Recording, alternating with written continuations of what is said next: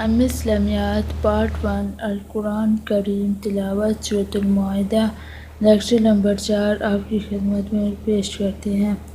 سورۃ المائدہ کا تعارف۔ سورۃ المائدہ ایک مدنی سورت ہے کیونکہ ہجرت مدینہ کے بعد جو سورت نازل ہوئی خواہ وہ مدینہ میں نازل ہوئی ہو یا مدینہ سے باہر حالت سفر یا جنگ کے دنوں میں، خاص مکہ میں سب کو مدنی صورتیں کہا جاتا ہے۔ لہٰذا اس صورت میں مسلمانوں کے سماجی، سیاسی اور معاشرتی مسائل سے متعلق بہت سی ہدایات دی گئی ہیں۔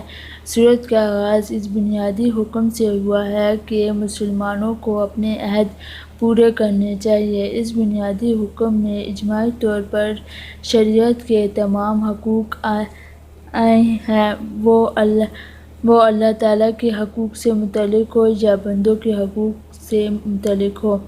اس ضمن میں یہ اصول بڑی تاکید کے ساتھ سمجھایا گیا ہے کہ دشمنوں کے ساتھ بھی ہر معاملے میں انصاف کے ساتھ پیش آنا چاہیے۔ یہ خوشخبری دی گئی ہے کہ دشمنان اسلام کو اب اسلام کی ثابت قدمی روکنے سے مایوسی ہو چکی ہے اور اللہ عز و جل نے اپنا دین مکمل فرما دیا ہے۔ اسی صورت میں یہ بھی بتایا گیا ہے کہ کس قسم کی غذا حرام ہے اور کس قسم کی حلال۔ اس صورت میں شکار کے بھی اصول وضاحت کے ساتھ بیان کیے گئے ہیں۔ ہر اہل کتاب کے ذبح اور اس کی عورتوں سے نکاح کے احکامات کا بیان آیا ہے۔ چوری اور ڈاکے کی شرعی سزائیں مقرر فرمائی گئی ہیں۔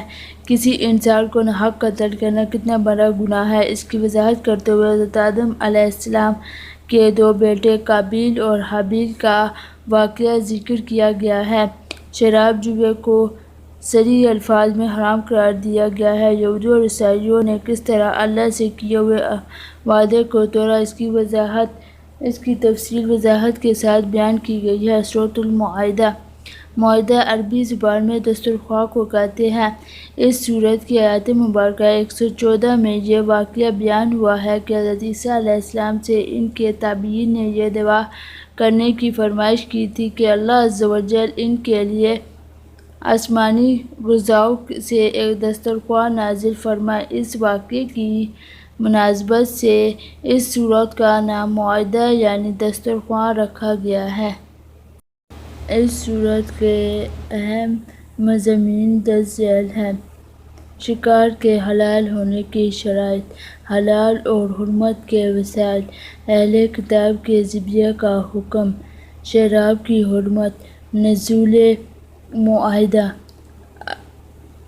اس سورت میں ہم اور بھی مسائل پڑھیں گے۔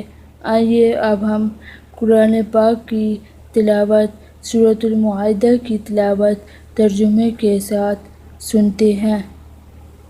بسم اللہ الرحمن الرحیم۔ شروع کرتی ہوں اللہ کے نام سے جو بڑا مہربان نہایت رحم کرنے والا ہے۔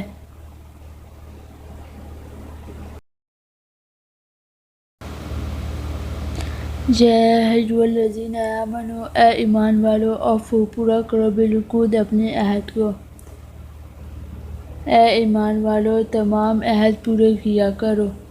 یا ایھا الذین آمنوا اوفوا بالعقود، اے ایمان والو تمام عہد پورے کیا کرو۔ احلت لکم بہیمۃ الانعام الا ما تتلی علیکم غیر محل الصید وانتم حرم، ان اللہ یحکم ما یرید۔ تمہارے لیے چوپائے جانور حلال کر دیے گئے ہیں سوائے ان کے جو آگے تمہارے سامنے بیان کیے جائیں گے، لیکن حرم کی حالت میں شکار حلال نہ سمجھو، بے شک اللہ جو چاہتا ہے حکم فرماتا ہے۔ یا ایھا الذین آمنوا لا تحلوا شعائر اللہ ولا الشہر الحرام ولا الہدی ولا القلائد ولا آمین البیت الحرام یبتغون فضلا من ربہم ورضوانا۔ نشانیاں حرام نہ ٹھہراؤ اور نہ ادب والے مہینے ادب والے مہینے یعنی حرمت والے مہینے وہ 4 ہیں: رجب، محرم، ذوالقعدہ اور ذوالحج۔ اس میں لڑائی کرنا حرام ہے، اور نہ حرم کو بھیجی گئی قربانی، اور نہ حرم میں لائے جانے والے وہ جانور جن کے گلے میں علامتی پٹے ہوں، اور نہ ادب والے گھر کا قصد کر کے آنے والوں کے مال اور عزت کو جو اپنے رب کا فضل اور اس کی رضا تلاش کرتے ہیں۔ وَإِذَا حَلَلْتُمْ فَاصْطَادُوا وَلَا يَجْرِمَنَّكُمْ شَنَآنُ قَوْمٍ أَنْ صَدُّوكُمْ عَنِ الْمَسْجِدِ الْحَرَامِ أَنْ تَعْتَدُوا وَتَعَاوَنُوا عَلَى الْبِرِّ وَالتَّقْوَى وَلَا تَعَاوَنُوا عَلَى الْإِثْمِ وَالْعُدْوَانِ وَاتَّقُوا اللَّهَ إِنَّ اللَّهَ شَدِيدُ الْعِقَابِ۔ اور جب تم احرام اتار دو تو شکار کر سکتے ہو۔ جن لوگوں نے تمہیں مسجد حرام سے روکا تھا، ان کی دشمنی تمہیں اس بات پر آمادہ نہ کر دے کہ تم حد سے گزر جاؤ۔ نیکی اور پرہیزگاری میں ایک دوسرے کی امداد کرتے رہو، اور گناہ اور ظلم زیادتی میں مدد نہ کرو، اور اللہ تعالیٰ سے ڈرتے رہو۔ بے شک اللہ تعالیٰ سخت سزا دینے والا ہے۔